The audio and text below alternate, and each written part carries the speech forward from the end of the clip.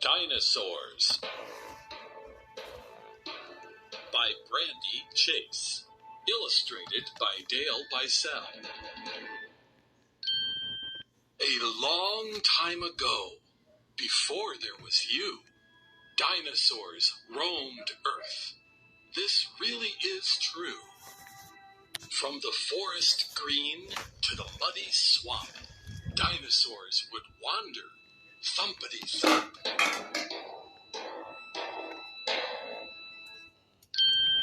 Carnivores. Some animals eat animals, but not to be mean. We call them carnivores. They eat meat, not green beans. When dinosaur carnivores looked for lunch, they found other animals to crunchity crunch.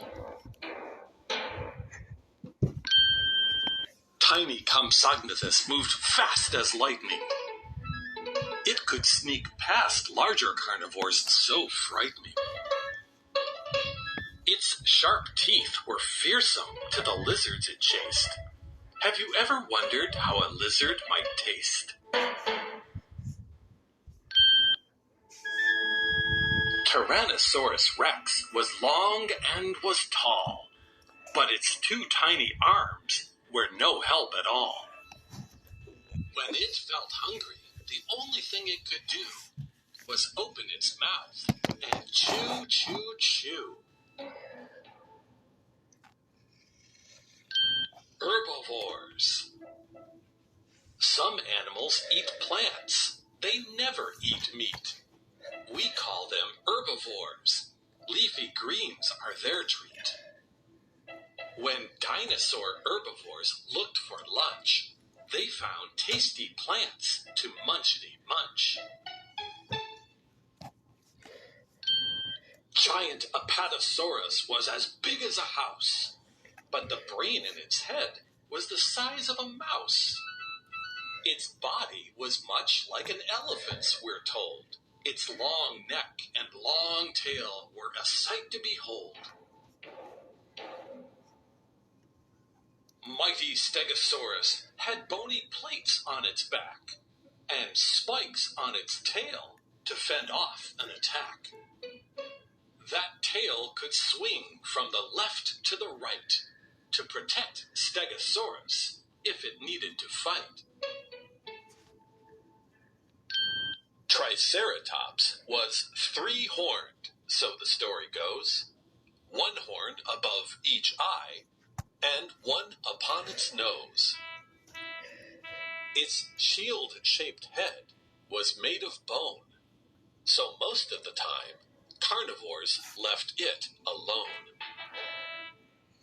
What made Corythosaurus stand out from the rest? It blew a booming sound out of its crest. The crest is the bone on the top of its head. Some like to call it a helmet instead. Asteroid. Where are the dinosaurs? Where can they be? On this, most paleontologists agree. After an asteroid fell from space, the Earth became an unfriendly place. Great dusty clouds blocked out the sun. Each day was colder than the previous one. And so, without sunlight to keep them alive, the poor dinosaurs could no longer survive. Fossils. How do we know about life long ago? The Earth's fossil record. It tells us so. Fossils are plants, teeth, eggs, and bones that over millions of years have turned to stone. Most fossils are buried deep in the ground. How old or how new? It depends where they're found. Layers of rock and mud tell the Earth's history. Each fossil buried is part of the mystery. Of changes through time, large and small, the Earth's fossil record contains it all. We imagined all dinosaurs as reptiles with scales, running from the tops of their heads to their tails. But a recent discovery revealed something new. Several dinosaur fossils with a feathery clue. Fluffy, feathered dinosaurs? It sounds so absurd. But some dinosaurs are ancestors of birds. So far, the feathered dinosaurs we know are quite small. Feathered tyrant Utaranus is the largest of them all. T-Rex is its relative, and paleontologists say they are both distant cousins to the chickens of today. Do you ever wonder about life long ago? Do you sometimes ask, now why is this so? If you think about dinosaurs, then I might suggest, when you're grown, you become a paleontologist.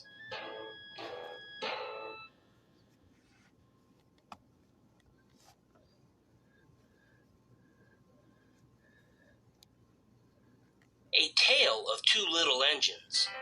Together They Could. As told by Mark Buchanan. Illustrated by Dale Bizel. A little red engine was pulling a long train of cars full of toys and books. The toys and books were for children who lived on the other side of a steep mountain. The little red engine chugged along confidently until the mountain became too steep to go any farther.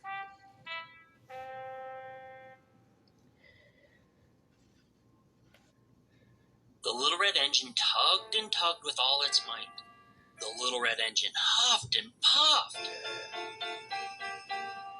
No matter how hard it tried, it could not pull its long train of cars any farther.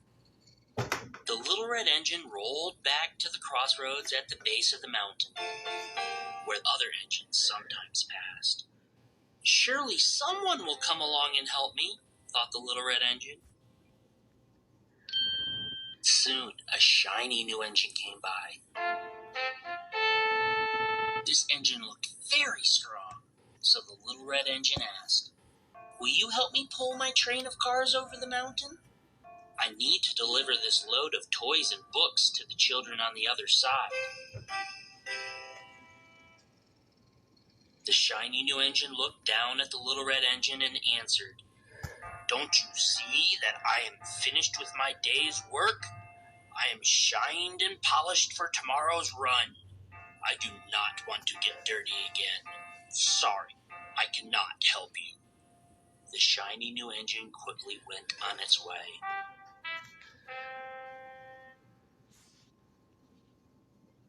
After a while, a grand old engine came along. It huffed and puffed as if it were very tired. The little red engine asked the grand old engine, "Will you help me pull my train of cars over the mountain? I need to deliver this load of toys and books to the children on the other side."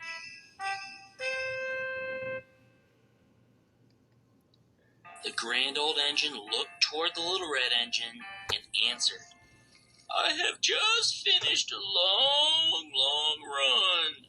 Don't you see how tired I am? Please get some other engine to help you." The grand old engine slowly huffed and puffed on its way.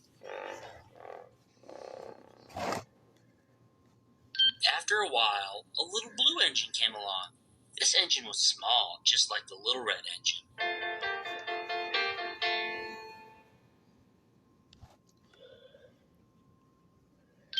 It seemed useless to ask the little blue engine for help, but the little red engine asked anyway. "Little blue engine, will you help me over the mountain with my long train of cars? It is so heavy. I can't pull it over myself." "Yes, indeed," said the little blue engine. "I'll be glad to help you if I can."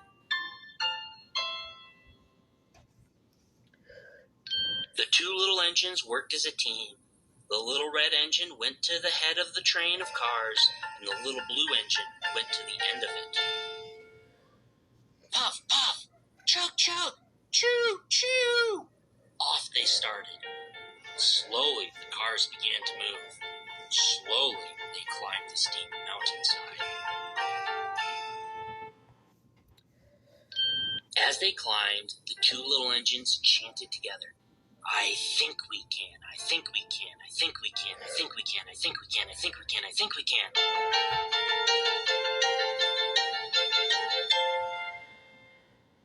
And they did. Soon they reached the snowy mountaintop.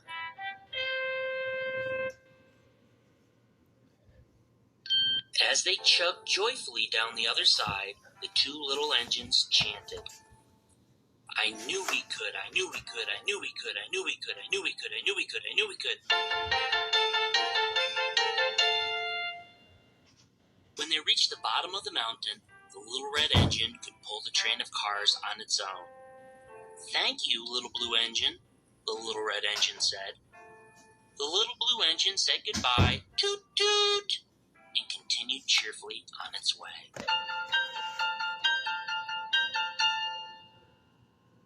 The little red engine reached the children at last, pulling the long train of cars loaded with toys and books. Everyone was happy.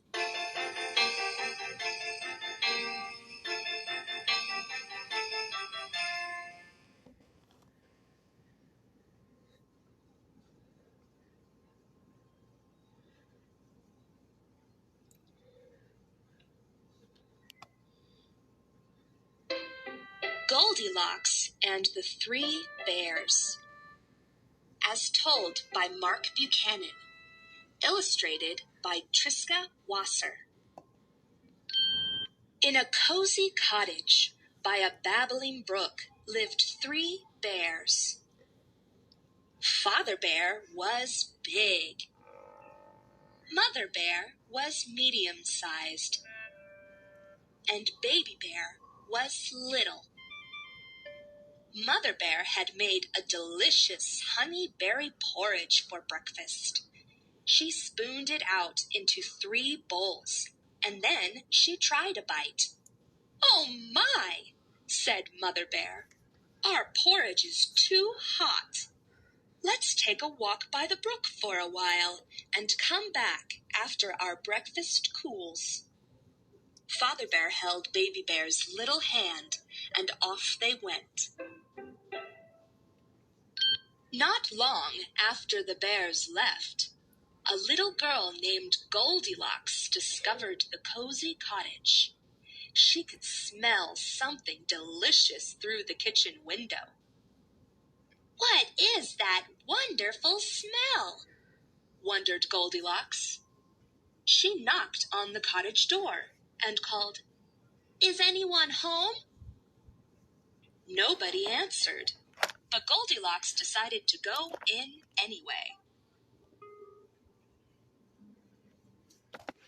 Goldilocks found 3 bowls of porridge on the kitchen table. One was big. One was medium-sized. And the last was little. She decided to try them all. First, she tried the biggest bowl, but it was much too hot. Next, she tried the medium-sized bowl, but it was much too cold. Then she tried the littlest bowl, and it was just right. Without thinking, she gobbled up every bite. "Who lives in this cottage?" wondered Goldilocks. "Is anyone here?" she called. Nobody answered, but Goldilocks decided to look around anyway. Goldilocks found 3 chairs by the living room fireplace. One was big. One was medium-sized. And the last was little. She decided to try them all. First, she tried the biggest chair, but it was much too tall. Next, she tried the medium-sized chair, but it was much too wide.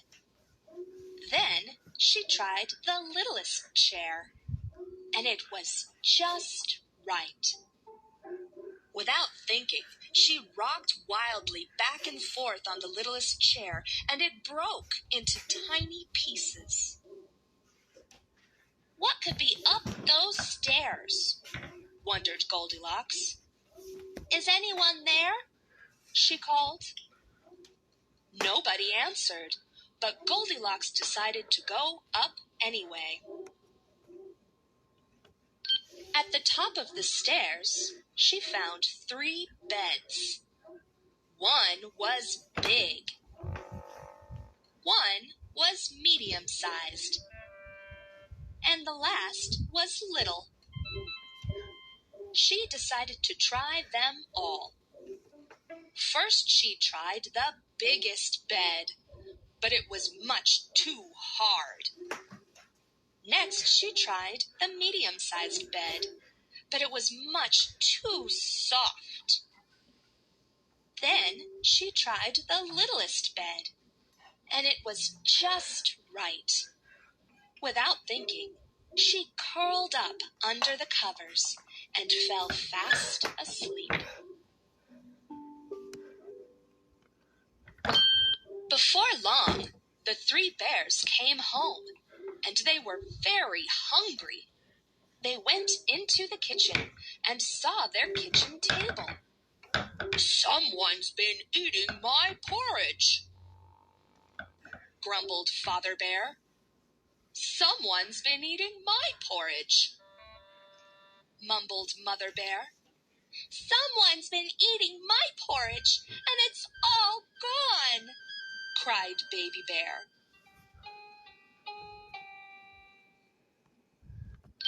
The 3 bears decided to look around and went into the living room. "Someone's been sitting in my chair," grumbled Father Bear. "Someone's been sitting in my chair," mumbled Mother Bear. "Someone's been sitting in my chair, and it's broken to tiny pieces," cried Baby Bear. Then the 3 bears crept up the stairs. "Someone's been sleeping in my bed," grumbled Father Bear. "Someone's been sleeping in my bed," mumbled Mother Bear. "Someone's been sleeping in my bed, and she's still there," cried Baby Bear. "It's a little girl," said Father Bear. "Why is she in our cottage?" asked Mother Bear. "Little girl, why are you in my bed?" asked Baby Bear as he shook her gently awake. Goldilocks opened her eyes and saw 3 bears standing over her. "Eek!" she squeaked and jumped out of bed. She ran down the stairs and out the door as fast as she could go. "What a silly girl," chuckled Mother Bear. Father Bear started to laugh. "We'll fix up your chair, Baby Bear," he said. "But first, let's eat."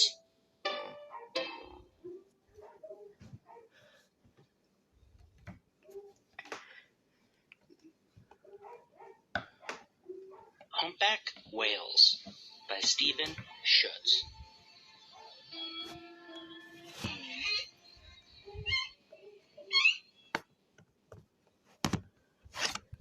Humpback whales are not fish. Unlike fish, they must come up for air.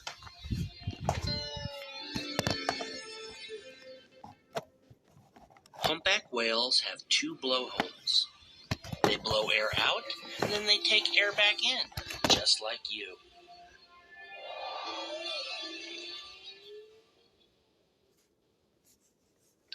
marks on the tails. Are any of them the same? Each humpback whale has its very own tail mark.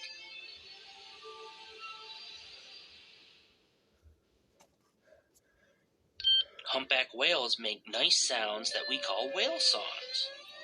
Other humpback whales can hear these songs from far away.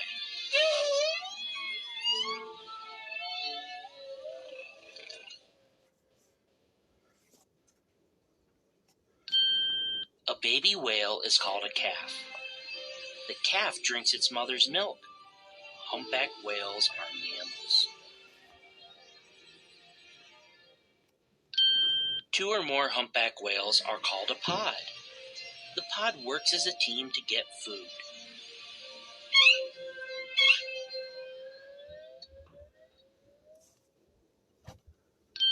Humpback whales eat little fish and krill. But how do they catch them?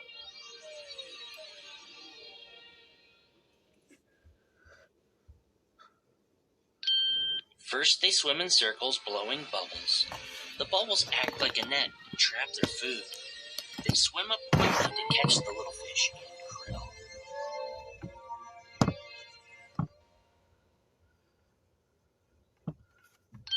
Humpback whales do not have teeth. They have baleen. Baleen lets water out but traps the little fish and krill.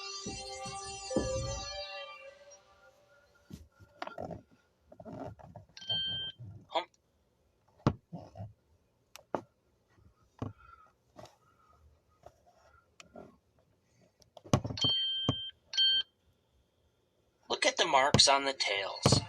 Are any of them the same? A baby. 2 or more humpback whales are called a pod. Humpback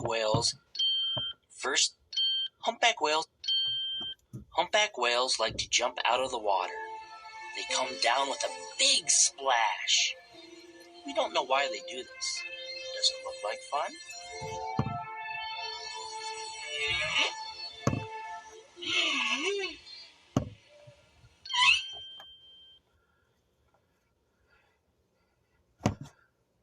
The Gingerbread Boy, as told by Brandy Chase, illustrated by Masako Stiles.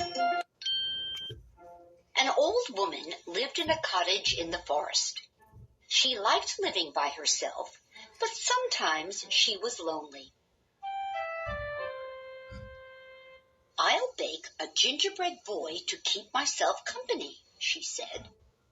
She filled the dough with exotic spices from India: cinnamon, nutmeg, cardamom, and of course, ginger. She shaped the dough into a boy and placed it in the oven. As the gingerbread boy baked, the cottage filled with warm, wonderful, spicy smells. The old woman chuckled to herself. "I hope I haven't made my gingerbread boy too spicy. He might misbehave." Once the gingerbread boy had cooled, the old woman decorated him with frosting and other goodies. She made a red licorice smile, a peppermint nose, and 2 chocolate chip eyes. The old woman said, "My, you look good enough to eat." When the old woman said this, something incredible happened.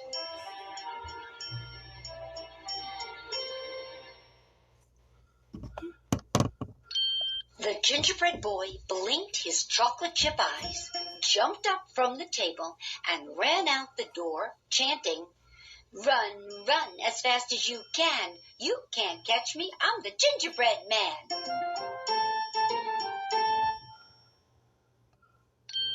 The old woman knew the gingerbread boy was only a boy and not a grown-up man. She worried for his safety and decided to follow him. Along the way, the gingerbread boy met a squirrel. "Stop," said the squirrel. "You look so tasty. I want to eat you." The gingerbread boy chanted, "Run, run as fast as you can. You can't catch me. I'm the gingerbread man." He was right. He quickly ran away from the squirrel.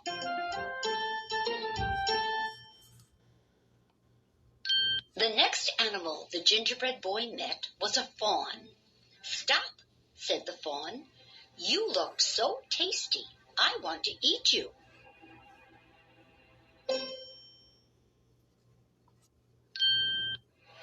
The gingerbread boy chanted, "Run, run as fast as you can. You can't catch me. I'm the gingerbread man." He was right. He quickly ran away from the fawn.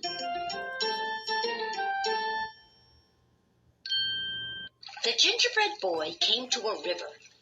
Beside the river, he saw a hungry-looking fox. Now, you may already know this, but foxes are very clever. The old woman knew this too, and that this time the gingerbread boy was in danger. The gingerbread boy chanted, "Run, run as fast as you can. You can't catch me. I'm the gingerbread man." The fox said, "Run all you want. You don't look that tasty to me. I will not chase you. But how will you get across this river without getting soggy?" The gingerbread boy didn't say anything because he did not have an answer.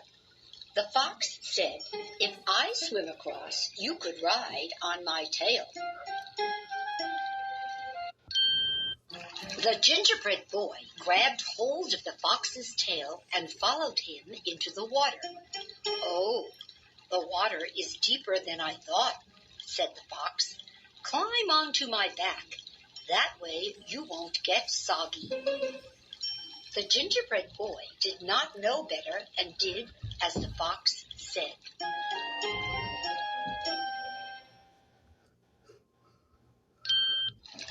"Oh, the water is even getting deeper. Climb up onto my neck. That way you won't get soggy." The gingerbread boy did not know better and did as the fox said.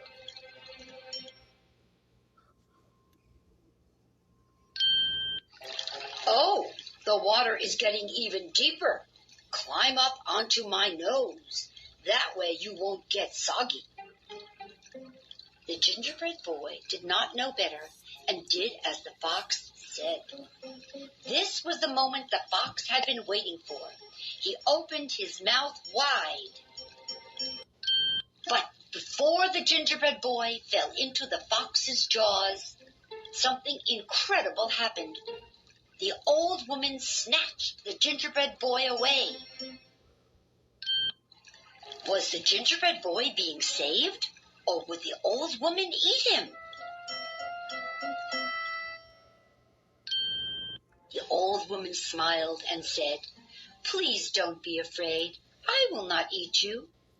"Thank you," said the gingerbread boy. "You have to be clever to live in the forest," said the old woman. "Will you come back to the cottage to live with me? I can teach you."